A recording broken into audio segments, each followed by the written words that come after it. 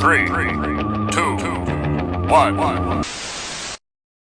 What's up, guys? This is Kalo here to give you the lowdown on all things gaming, and welcome to the very first Get Comfy Game Break. I'm joined by my co-host, Naim. So, if you guys don't know, we're expanding our horizons here on the Get Comfy, I guess, corporation. Is it a company? I don't know. It's not really a corporation. Production company. Production franchise. I like that. Get Comfy Inc. Yes. That's our new thing. But you know, this is our trademark it. Yeah, we're talking here about video games because we all love video games. And we figure every Friday we're going to upload here on YouTube, hopefully get to iTunes, Spotify, and iHeart very soon. But for now, we're going to stay on YouTube because this is where we started. Today, we got a topic that kind of relates to what's happening in the gaming world now, and that is talking about Apex Legends, which is a battle royale game, and it has 2.5 million players on the first day. All right, crazy. What it is, it's a battle royale game made by Titanfall 2 creators. I forgot what their name is. The whole production company is called, if I'm not mistaken, the CEO is Andrew Wilson, and what he said on a conference call with Yahoo Finance, he said that the first quarter, like their first day or so, there's been a uprise in Twitch streamers, and it's basically promoted by EA. Yeah. EA is the parent company, the one that runs everything. Yeah. And they said that, I know, and I read this in multiple sources, that EA doesn't have their hand in this at all. They're not, controlling it. They're just publishing it. And this is their own thing. That's kind of like Activision is with some stuff. Yeah, when it comes down to COD. Apex Legend is a battle royale game. Go figure. Yeah. That's what's popping nowadays. It's Titanfall 2, but without the Titans and added specialist abilities, kind of like how Call of Duty is, but they added it into battle royale. Yeah, so it's like Black Ops 4 Blackout, but it's with specialists and it's with Titanfall 2 guns. I have about 4 hours into it. The rounds that I played, it's very fluent. Titanfall 2, if you played that, it's pretty phenomenal game. It was I think it was on sale recently. Yeah, I think for Christmas I got it for Christmas. It was like $3. And you know what's funny? This game takes place in the Titanfall universe. Yeah, that's what I heard. That's what I heard too. It's, little whispers. I think it takes place in Titanfall. Yes. Like that era, but it doesn't involve any of that kind of stuff. So this is a quote directly from the CEO of the company that made this game. And it says, in the first 24 hours, we had 2.5 unique users, and they're going forward to 3 million very soon enough. There are 600,000 peak and current users in the middle of Tuesday. So at Tuesday, I started playing it on Tuesday. I started playing it last night. I played it for the first time. I loved it. It's different because I played a lot of Fortnite, duh. Because I think every guy has. I'm more into Blackout than Fortnite. Well, you're a big Call of Duty guy. Yeah, I like FPS games, and Titanfall 2 is a mix of Fortnite and that. Yeah, a little bit here and there. And EA is kind of in hot water with what they did with the Anthem demo that just came out, and Anthem's just around the corner. It's 2 weeks away. I played the Anthem demo. I was kind of let down because I spent my time in loading screens. The game just wouldn't work in general, and there's more time waiting than playing. Yeah, and then there's also this big problem with Metro Exodus. I don't know if you heard about it. They're pulling it off of the Steam marketplace, and they're only putting it on Epic Games market. It's weird because people have already pre-ordered it on Steam, and it's kind of like their money going away. So they're kind of not compensating for what their losses are going to be, which is weird. It's pretty much robbery at that point. If you're promising them a product and you don't get it. Yeah. That's just my own 2 cents about it. Another thing we want to focus on, or one of the topics today, Xbox is coming to the Nintendo Switch. What the hell? It is coming to the Nintendo Switch. Now, we don't know too much about it. Apparently, there's going to be a conference call in March, and the whole team behind it, the dev kit, it's going to maybe be like the Xbox app on my phone, whereas you get Xbox Live as a service on your phone. I can join parties. I can't play any games, but that makes sense. I can still talk to friends. Yeah. Now, people are saying, are you going to be able to play Mario Kart? Are you going to be able to play Smash on Xbox?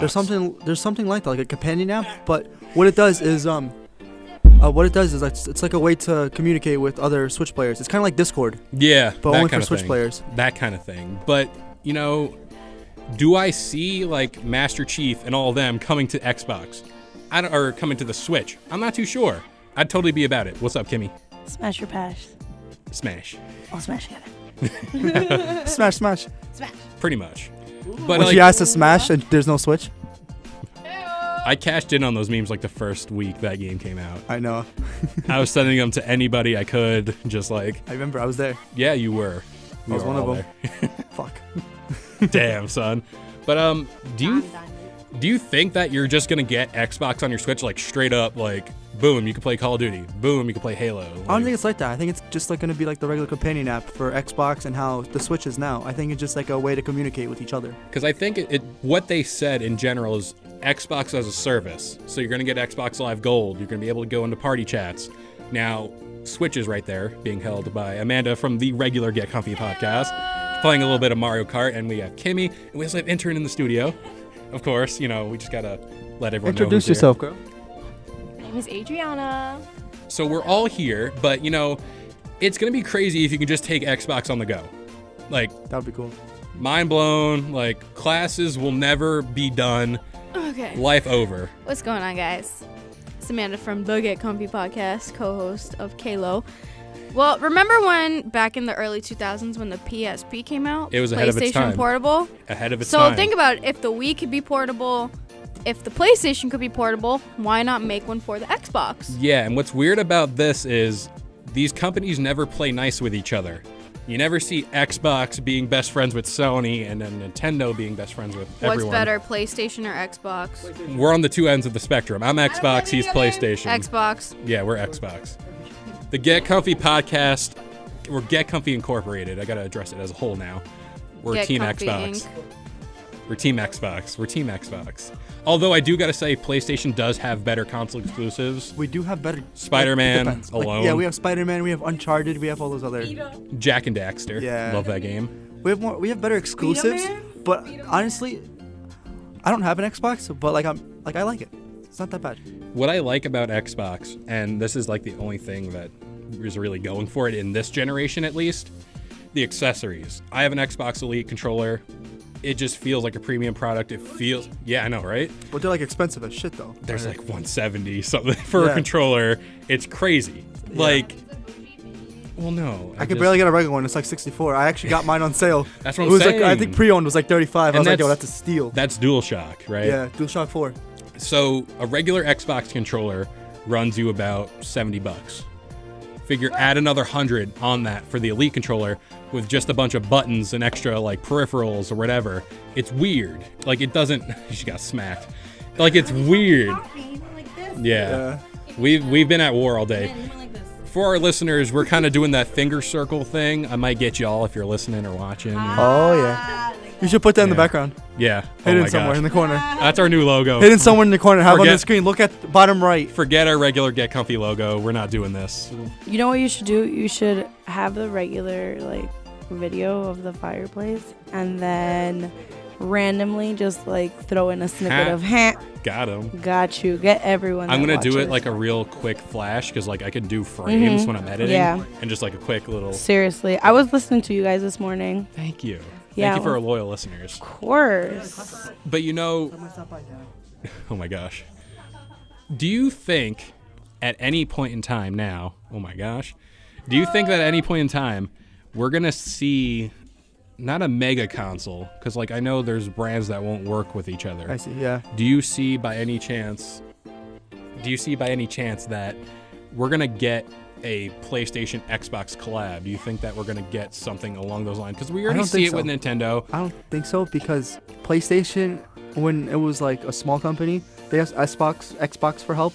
Yeah. It was like, let's do cross-platform play. Let's get more people into both of our consoles and stuff like that. Yeah. And Xbox said no.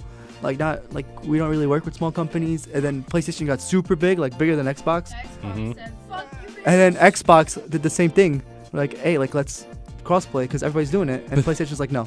That's what I'm saying. Because I know that Fortnite, there was a big problem with PlayStation users. With everybody else. Yeah, trying to use another thing. Because I have it on my iPhone. I'm logged into my Epic account or whatever the hell it's Yeah. called. I'm logged in on there. I have it on my Xbox. I can switch between the two. I buy items or whatever, and they're available on both. PlayStation at some point they just did this cross-platform play. But there was They- some point they were let's late say- to the party. I think if you buy the battle pass on Yeah. a different console and then you put it on PlayStation, you play on PlayStation, it's not there. I heard that they locked out accounts too. Accounts were just not able to get into. Yeah, I never really heard of that. because like I only played on PlayStation. Yeah. And when I switched on my phone, everything switched on anyways. Yeah, But there was a glitch that happened where like let's say you have like a certain amount of V-Bucks. I think on your phone you'd have like 100 more than on PlayStation, which glitched out. See, the cross-platform glitch. play, I'm all for it because it not only expands your market, but you're also reaching players that you haven't really reached before. I mean, like, if you have, say, Xbox fully just comes to the Switch, you're able to play, like, because there's games like Rocket League where you can play on I fucking Xbox love and Rocket play on League. PC. Say you're able to do that. Yeah, on the Switch. actually, you can actually do that. You could play with all platforms now. Yeah, but say you're able on the Switch. You're able to sign into your Xbox Live account, and boom, you can play Rocket League. That's good. Do you think that the number of Xbox Live members, because like, you have to pay for Xbox It Gold, would skyrocket though. it would, because you're reaching Nintendo, who has a firm grasp over A lot of gamers are A lot of Nintendo. It's gamers- Nintendo, Xbox, and PlayStation, and if them two combined together, they would defeat PlayStation. hands down. Yeah, but that's the problem, is that if you do that, then PlayStation's gonna want to join. But then they're gonna do the same thing as like what PlayStation did a while ago with crossplay. All that PlayStation has to do is re-release the PSP. Yeah, That's all they have to do. do that. Not make a new one like the PS Vita. That The went down Vita the is drain. perfectly fine. When it first came out, that was down the drain. Like, they Yeah. fucked up everything. So many recalls. I still have my old one, but it wasn't actually mine. It was my uncle's. He bought it and then he gave me it Yeah, because he didn't even open up the box. yeah. I came over his house one time. He goes, "Yo, try this out. Let me know how it is." And I did. And he tried it. He didn't like it, so he gave it to me. But I don't have the receipt. And after a while, the screen stopped working. It was a black screen. Yeah, And apparently there was a recall about that. It's like if you use it while it's in the charger, it'll go black screen, which is crazy. which is so stupid. I know that like Nintendo has like has a trend where where they release like weird consoles. Yeah. Because I don't know if you remember the Game Boy Micro. Anybody remember the Game Boy Micro? No, because like it wasn't a big deal. It was like this big, and it was like really small, flash picture on the screen, but it was like one of those dud consoles. It was it's like a small like NES controller type of thing. Yeah, because like there was the DS, DS Lite, DSi, which was weird, it had a camera on it. And it was just weird. Yeah, I heard about that. When I saw that, I was like, "What the hell is this? It's just 2DS, like a phone." 2DS, 3DS. I have a 2DS, like the plain, like it's a big brick.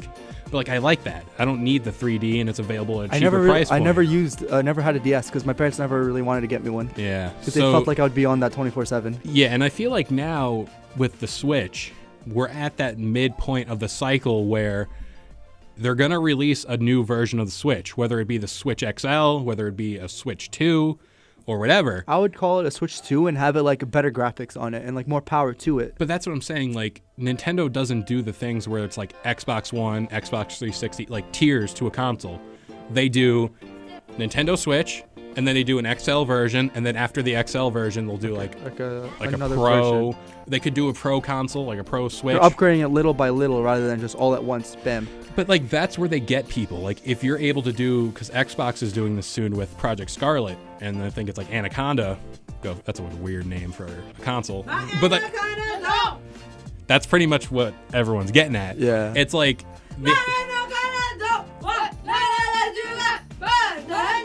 At least we won't get copyrighted for that because they're singing it themselves. Yeah. But you know. Play the music in the back. Yeah, the rumor goes there's going to be a Xbox without a disc port, so it's going to be all streamable games. Then there's going to be an Xbox that's like pro version, like you can get 4K, native 4K, and like the best everything. Top of the line, like near PC status. And then there's going to be a regular consumer one, like $300, $400, where it's just available to everybody. It's going to be a family of games. Do I think that what they're going to do for that console generation is incorporate the Switch somehow, where it's like, oh, you can buy a Switch, you're going to get Xbox Live Gold, but it's going to be Xbox like oriented. It's going to have It's gonna have like a few like Xbox like themed games. Like you know Nintendo's more of like cartoonish games, not really like you can't like you know how like other systems like Xbox and PlayStation have like COD. Yeah. How, like, it's more like a realistic type of thing look to it. Yeah. And then you play like in the Switch you have like Mario and like all those other cheesy like 2D games. Yeah, you know what's funny? Mortal Kombat, the newest one, that's coming on the Switch. That's gonna be sick. It's gonna take up so much space. It is. But it's like weird. Mortal Kombat on the Nintendo Switch. It's People too are crazy.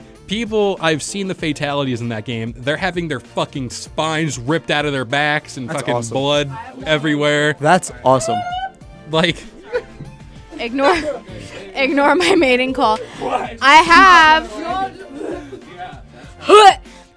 I have Mortal Kombat X for the Xbox One. Yeah, but imagine that on the Switch. Sick. Like Johnny Cash will like just dig both hands into your chest cavity and rip you in half. Not Johnny Cash, Johnny Cage. Johnny Cage. Why did I say Johnny Cash?